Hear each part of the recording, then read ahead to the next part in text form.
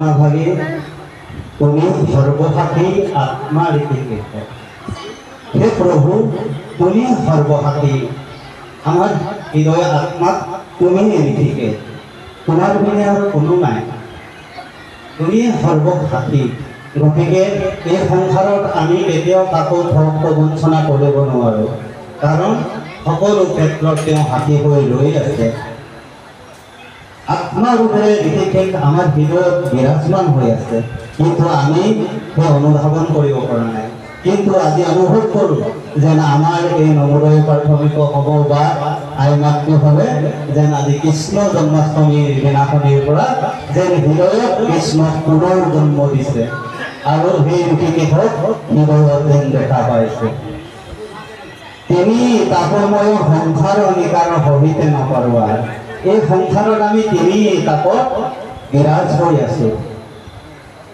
তিনিটা তাপ হৈছে আদি দৈনিক আদি ভৌতিক আৰু আধ্যাত্মিক তাপ গতিকে মানৱ জীৱনলৈ এই তাপসমূহ আহে সংসাৰৰ বেদনাসমূহে বেৰি ভৰিবই গতিকে সেই সংসাৰৰ বেদনাৰ তাপসমূহৰ পৰা কেৱল প্ৰভু তুমিয়ে আমাক উদ্ধাৰ কৰা গতিকে হে প্ৰভু তোমাৰ চৰণত আমাৰ এই চিত্ত সম্পূৰ্ণৰূপে আমি অৰ্পণ কৰিছোঁ যেন আমাৰ এই তিনি তাপৰ পৰা উদ্ধাৰ কৰিবা প্ৰভু সেইক্ষেত্ৰে আমি তোমাৰ নাম হৃদয় স্থাপন কৰি তোমাক আজীবন তোমাৰ নাম আমি লৈ আছো গতিকে প্ৰভু এই তিনি তাপৰ মুখ্য উদ্ধাৰকৰ্তা হ'ল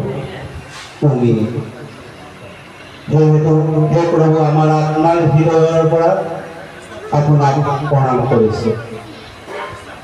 আমি সংসাৰৰ জৰা যন্ত্ৰণা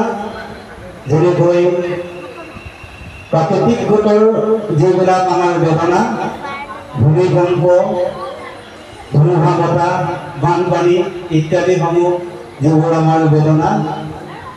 তাৰপিছত আহিল জীৱ সংসাৰৰ বেদনা জীৱ সংসাৰৰ বেদনাত ইজনে সিজনৰ লগত কাজিয়া কৰা বিভিন্ন ধৰণৰ জীৱ সংসাৰৰ কাজিয়াবোৰ আহে তাৰপিছত আহিল আমাৰ সমনীয়াৰ সৈতে কেতিয়াবা ইজনে সিজনৰ মাজত আমাৰ তৰ্কবাদ ইত্যাদি বিভিন্ন ধৰণৰ এইবিলাক হৈছে সাংঘাতিক কাম আৰু আমাৰ আহিল শৰীৰত জাগিত হোৱা জ্বৰ ক্ৰিয়া এই